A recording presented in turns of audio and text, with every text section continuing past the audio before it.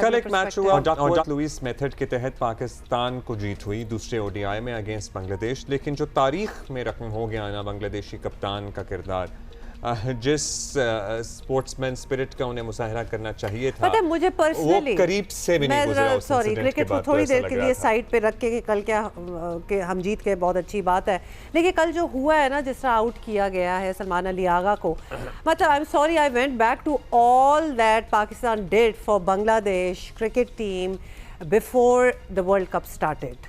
मतलब इतनी उनकी साइड लेना और सही चीज़ पे साइड लेना और इतनी आईसीसी के ऑफिशियल से बात करना, मोहसिन नकवी, मतलब कितनी बार मुलाकातें हुई और बांग्लादेश के हक के लिए भी कि why they should be included in the ICC and all that, मतलब इतना कुछ हुआ।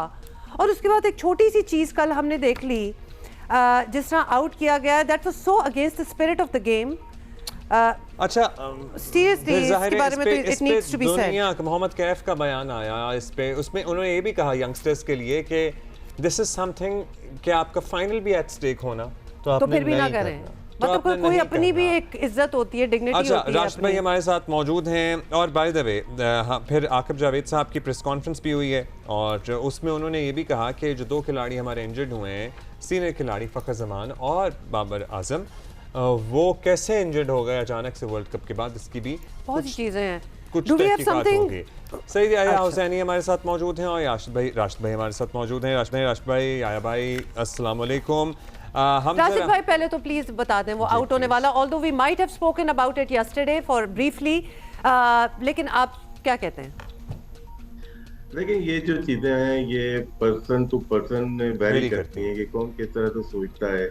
बहुत सारे इंसिडेंट क्रिकेट हिस्ट्री में हुए हैं, ये होना नहीं चाहिए, against the spirit of the game है, नो डाउट। लेकिन मैं दूसरा जो क्लिप है जो हमारे कप्तान ने जो T20 के अपना हेलमेट जो फेंका है, वो आईसीसी के कोड ऑफ कंडक्ट की खिलाफ वर्जी करता है, ये भी गलत चीज है। वो तो किया उन्होंने, हमें अपना जो भी गुस्सा है वो हाथ पे रखना चाहिए था, लेकिन जो हुआ वो सही नहीं हुआ क्रिकेट के लिए।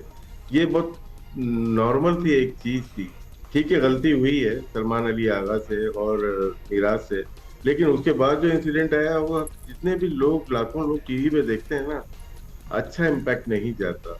तो इस चीज से बचने के लिए मेरे ख्याल से आपकी जो मीटिंग्स होती हैं उसके अंदर आपको ये सारी चीजें सिखानी चाहिए। यानी आप कह रहे हैं कि वो एक आउट वाला तो चलो हो ही गया था, लेकिन उसके बाद सलमान अली आगा को इतना गुस्सा और वो रिएक्ट नहीं करना चाहिए, रिएक्शन नहीं आना चाहिए आईसीसी कोड ऑफ कंडक्ट की। अच्छा याया भाई आप बताइएगा, अच्छा हम सलमान भी ये बात कर रहे थे और हम भी बात कर रहे थे, बॉल हो गई, पैड को लग गई बल्ले, उसके बाद उससे पहले उनके स्टंप पे मेहदी के मारने से पहले बकायदा when we see that if Salman even tried to go back to the wicket, वो जा नहीं सकते थे क्योंकि वो आगे खड़ा था, रोका हुआ था, वो उनके आगे मुंह के ऊपर खड़े हुए और बेशक जानबूझ के ना रोका हो, बट वो सिचुएशन ऐसी बनी हुई थी कि ही कुडंट हैव, तो वो जो ब्लॉकिंग हिज वे, वो इतने हरीड भी नहीं लग रहे थे, like you know he is gonna take a run और व्हाटएवर, वो तो बॉल उठा रहे थे।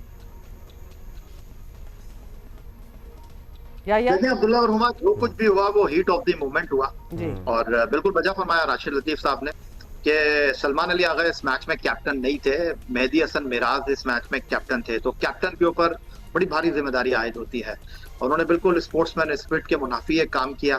लेकिन जो कुछ भी हुआ हीट ऑफ द मोमेंट हुआ। अगर आप मैच के हिसाब से देखेंगे तो पाकिस्तान टीम ड्राइविंग सीट पर थी, 100 रन की पार्टनरशिप लग गई थी, डेस्परेट थी बांग्लादेश की टीम विकेट हासिल करने के लिए, और ये जो कुछ जिस अंदाज में उन्होंने आउट किया, सलमान अली आगा अपनी जगह ठीक थे, मेहदी हसन मिराज अपनी जगह ठीक थे, लेकिन खेल के हिसाब से जो हुआ वो रूल में तो है, लेकिन खेल के हिसाब से जो हुआ वो नहीं होना चाहिए था। लेकिन अब इसको इस चीज से जोड़ना कि जी पाकिस्तान क्रिकेट बोर्ड ने इंटरनेशनल क्रिकेट काउंसिल के आईसीसी T20 टूर्नामेंट में बांग्लादेश को सपोर्ट किया और बांग्लादेश के खिलाड़ियों का ये रद्द अमल, देखिए उन्होंने इतना लंबा सोचा नहीं होगा। जो कुछ भी हुआ ग्राउंड में हुआ, ग्राउंड की बात को ग्राउंड तक ही खत्म हो जाना चाहिए, बाकी जो सोशल मीडिया जो चीजें वायरल है वो अपनी जगह है।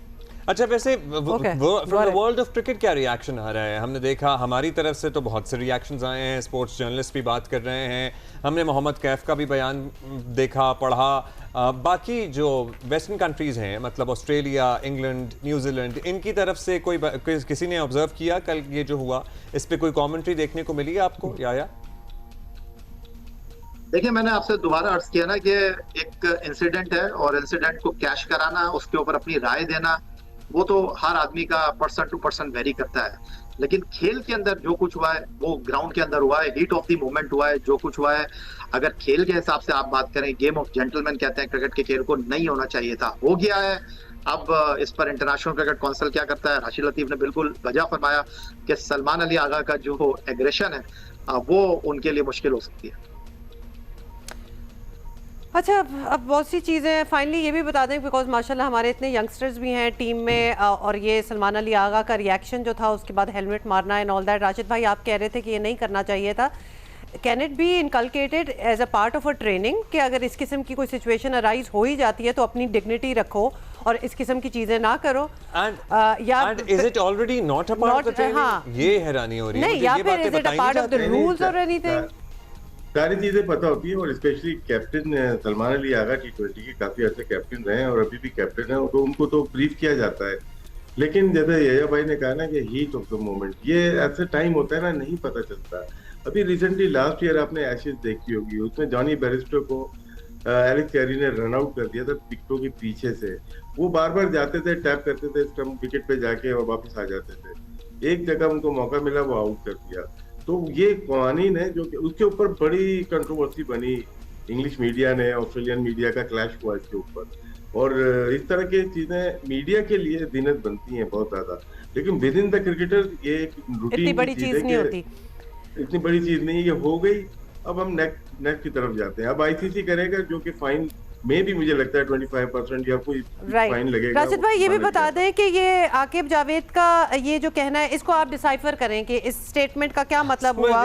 हाँ, कि ये उनका कहना है कि ये वर्ल्ड कप के फौरी बाद ये दोनों प्लेयर्स बेसिकली, ये बाबर और फखर की बात कर रहे हैं, तहकीकात होनी चाहिए कि एकदम से कैसे इंजर्ड हो गए, क्या मतलब है इसका? ये अपनी तहकीकात कैसे करेंगे, क्योंकि दो प्लेयर खेल रहे हैं, उसका अनफिट कब हो गए? दोनों ने आखिरी मैच खेले हैं, एक आखिरी मैच नहीं खेला बाबर आजम ने, और फखर तो खेले हैं। मुझे नहीं समझ में आया मतलब इस प्रेस कॉन्फ्रेंस का मकसद, और वो क्या बताना चाह रहे हैं। स्पेशली ये जो आपने बात की है ना अनफिट होने वाली, ये हमारे लिए भी एक शॉकिंग न्यूज है। नहीं, ये उनके लिए भी नहीं, ये उनके लिए भी न्यूज है, इसीलिए तो वो कह रहे हैं कि तहकीकात की जाए। तो कौन करेगा तहकीकात? वो क्या इम्प्लाई कर रहे थे? आपकी इनकी अपना मेडिकल पैनल, इनकी सारी चीजें अपनी, एक चीज ऑनलाइन। तो ये तो कमेटी का हिस्सा है। या आपको क्या लग रहा है, या आपको एक तो पहले बता दें कि इस स्टेटमेंट से आपको क्या लगा है कि क्या इंसिनुएट कर रहे हैं या एक्चुअली कंसर्न्ड हैं कि भाई कैसे हो, क्या इंजरी हुई है? देखिए उमा और अब्दुल्ला, जो कुछ पाकिस्तान क्रिकेट में चल रहा है, सिलेक्शन कमेटी जो है वो पंचिंग बैग बन जाती है, आपके सामने है। और गुज़िश्ता रात chairman Pakistan cricket board Syed Mohsin Raza Naqvi से सिलेक्शन कमेटी की मुलाकात हुई, और सिलेक्शन कमेटी की मुलाकात में चेयरमैन क्रिकेट बोर्ड ने सिलेक्शन कमेटी को कहा कि मेरा मुकम्मल एतमाद आपके ऊपर है, तनकीद बराए तनकीद से बिल्कुल घबराने की जरूरत नहीं है, आप फुल फ्री हैंड होकर काम कीजिए और मेरी मुकम्मल सपोर्ट आपके पास है। और आज इसी सपोर्ट को लेकर, इसी कॉन्फिडेंस को लेकर आकिब जावेद साहब अपनी सिलेक्शन कमेटी के साथ मीडिया के सामने आए। बिल्कुल बहुत सारी चीजें हमें भी समझ नहीं आई, जिस तरह आप सवाल कर रहे हैं, जिस तरह राशिद लतीफ साहब सवाल कर रहे हैं। देखें, यहाँ पर मुझे कहीं ऐसा लगता है कि बहुत बारीक लाइन है टीम मैनेजमेंट और सिलेक्शन कमेटी के दरमियान, और बहुत सारी चीजें जो हैं वो तय होना बाकी हैं। उन्होंने जिस तरह कहा कि ये तहकीकात होनी चाहिए, उसका मतलब ये है कि हमने तो जहाज में सही बिठाया था इनको। एक फखर जमान है, उनकी फिटनेस का इशू है, पूरी पाकिस्तान को पता है। लेकिन बाबर आजम और सलमान मिर्जा कैसे अनफिट हो गए, जो सवाल राशिद लतीफ साहब ने किया, तो देखें ये टीम मैनेजमेंट का काम था। अगर इनको कोई निगल था, जो आपके फिजियो हैं, जो आपके डॉक्टर हैं, उनको टीम मैनेजमेंट के थ्रू सिलेक्शन कमेटी को ब्रीफ करना चाहिए था। इस चीज को आपको अंडरस्टैंड करना चाहिए कि श्रीलंका से जो हमारा गैर मुल्की स्टाफ है वो पाकिस्तान नहीं आया, वो चला गया था अपने मुल्क, और उसके बाद उन्होंने टीम को ढाका में ज्वाइन किया है, बाकी पाकिस्तान टीम वापस आ गई थी। तो ये एक आप कह सकते हैं कि एक मालूमात की अदम फरामी, मालूमात की अदम आगाही, जिसकी वजह से ये चीज पैदा हुई। और आज सिलेक्शन कमेटी ने जब प्रेस कॉन्फ्रेंस में इस चीज का खुलासा किया तो वो एक फसाना बन गया है। फसाना एक और चीज बेबात का बना है या फिर बात भी है कुछ? एक और एक सेकंड राशिद भाई, ड्यूरिंग द टूर्नामेंट कोई इंजरी होती है ना, जैसे किसी भी प्लेयर की, वो बोर्ड को फौरन इंफॉर्मेशन कर देते हैं ये प्लेयर हमारे पास फिट नहीं है, हमें इसकी फौरन रिप्लेसमेंट चाहिए। फिर वो आईसीसी को लिखते हैं कि हमारे ये प्लेयर मेडिकल रिपोर्ट पूरी जाती है। क्या पीसीबी की मैनेजमेंट ने कोई मेडिकल रिपोर्ट जमा कराई आईसीसी को या पीसीबी को? नहीं कराई होगी, तभी तो वो कह रहे हैं कि तहकीकात होनी चाहिए। अच्छा राशिद भाई, मैं और अब्दुल्ला बड़े क्यूरियस हैं, ये बिल्कुल नाम आपने ले लिया है शफीक के बारे में कि वो he is a part of the selection committee, but we have never heard him speak, so we are wondering कि जब वो सिलेक्शन करते होंगे तो तब उनकी मतलब राय होती होगी, तब वो बोलते होंगे कि नहीं बोलते होंगे? मेरा ख्याल है राय दे देती होंगी। असद को 3 ओहदे मिले हुए हैं, एक ख्वातीन के सिलेक्टर हैं और बेंच के भी सिलेक्टर हैं, फिर हाई परफॉर्मेंस सेंटर कराची को भी देख रहे हैं, और कुछ ना कुछ तो बोलते ही होंगे। बड़े बड़े सरफराज भी बैठे हुए थे और मिसबा भी और आकिब भी, उनके होते हुए मेरे ख्याल पे मुनासिब नहीं था इनका बोलना। नहीं, हमने पहले भी वैसे उनको प्रेस कॉन्फ्रेंसेस में कभी बोलते हुए नहीं देखा। या आप क्यों मुस्कुरा रहे हैं, आपको क्या पता है? नहीं, मैं आप लोगों की मालूमात को एंजॉय कर रहा हूँ, आपकी, अब्दुल्ला की, राशिद भाई की। नहीं, आप बताएं। ओके, हम आपकी मालूमात पे भी अच्छा खासा इंतजार करते हैं, so we want your take on this, we want your take on this in this. देखिए उमा, मैं दोबारा से आपसे यही कहूंगा कि इससे बदकिस्मत क्रिकेट बोर्ड हो नहीं सकता। इतना पावरफुल चेयरमैन सैयद मोहसिन रजा नकवी, इतना फ्री हैंड आपको दिया हुआ है।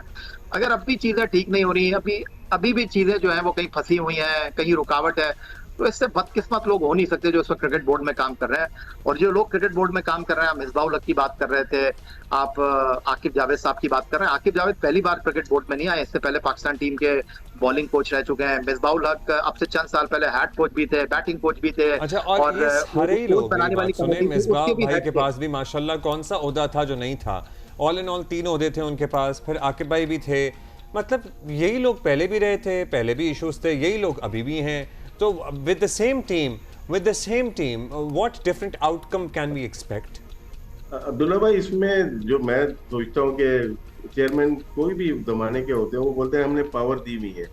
पावर कोई चीज नहीं होती देने की, उसको इस्तेमाल करने की चीज होती है। कि अगर मैं चीफ सेलेक्टर हूँ, मैं किसी को बगैर बताए रख सकता हूँ किसी भी प्लेयर को अपनी टीम को मिला के, तो ये वो पावर लेने वाली बात नहीं है। ये जो सिलेक्शन कमेटी है ना, ये शायद जो मीटिंग हुई है, मीटिंग होने का मकसद ही यही है, कोई ना कोई बात हुई है, रिएक्शन हुआ है, जो सोशल मीडिया और मीडिया में जो टीम अनाउंस हुई है, बांग्लादेश गई है, उसके बाद बहुत बड़ा रिएक्शन आया है, उसके ऊपर ये शायद मीटिंग। उससे वर्ल्ड कप हारने के बाद तो मीटिंग नहीं हुई ना, वर्ल्ड कप हारने के बाद तो प्रेस कॉन्फ्रेंस नहीं हुई। इसका मतलब है कि बहुत ज्यादा प्रेशर था पाकिस्तान क्रिकेट बोर्ड पे, जिसपे मीटिंग हुई। उसके बाद ये तो वो सिलेक्शन कमेटी है जो कि प्रेस कॉन्फ्रेंस करके टीम। अच्छा, ये बता दें राशिद भाई, इस सारों में चीफ सिलेक्टर कौन है? चीफ सेलेक्टर तो वैसे मोस्ट सीनियर को होना चाहिए, आकिब जावेद को होना चाहिए, वो है यहाँ पे, और अनाउंस करना चाहिए तो मतलब फिर मतलब ये तजर्बा है या आपका गैस है, या भाई कोई भी सिलेक्टर जो है या कोई भी सिलेक्शन कमेटी का मेंबर अपनी मर्जी का कोई खिलाड़ी ला सकता है, या फिर ये सब कंसेंसस होना जरूरी है? क्या किस कोई वोटिंग होती होगी बीच में? देखिए, अगर आप मुझसे पूछे ना, तो होना तो चाहिए कि चीफ सिलेक्टर, लेकिन मौजूदा क्रिकेट बोर्ड ने इस चीज को कंटिन्यू नहीं किया। और आज आकिब जावेद साहब फरमा रहे थे कि यहाँ पर चीफ सिलेक्टर ना होना अच्छा है, क्योंकि जो भी सिलेक्शन कमेटी है, हर किसी की राय सुनी जाती है, और कोई एक आदमी जो है यकजुम्बिश कलम फैसला नहीं करता। वोट डिसाइड करते हैं कि कौन ठीक है कौन गलत है, किसी को रखना है किसी को नहीं रखना। लेकिन फिर मेरा यहाँ पर ये सवाल है, अगर ऐसी बात है तो फिर शादाब बगैर परफॉर्मेंस के कैसे टीम का हिस्सा बन गए? कैसे पाकिस्तान जो वर्ल्ड कप के लिए टीम बनी थी, उसमें बहुत सारे जो है वो इफ एंड बट आपको नजर आए। फिर उसके बाद सवाल हुआ कि जी आखिरी मैच में फखर जमान को खिलाया गया, आखिरी मैच में जो है वो वसीम जूनियर को मौका दिया गया। तो आकिब जावेद ने, चले ठीक है, उन्होंने कहा कि जी हमारा काम जो है वो सिलेक्शन करके खत्म हो जाता है, ग्राउंड में कौन खेलना है ये कैप्टन और कोच ने डिसाइड करना है। मैं दोबारा से आपको ये बात करूंगा जो भी राशिद लतीफ साहब बात कर रहे हैं मीटिंग के हवाले से, कि देखें क्रिकेट बोर्ड के सरबराह ने कल एक बार फिर सिलेक्शन कमेटी को बुलाकर फुल पावर दी है कि जनाब जो भी आपने काम करना है टोटल मशावरत के साथ कीजिए। जो आपके हेड कोच हैं माइक हसन, उनके साथ मिलकर, और आज जो गुफ्तगू आकिब जावेद ने की है, बड़ी इंपॉर्टेंट गुफ्तगू उन्होंने की है।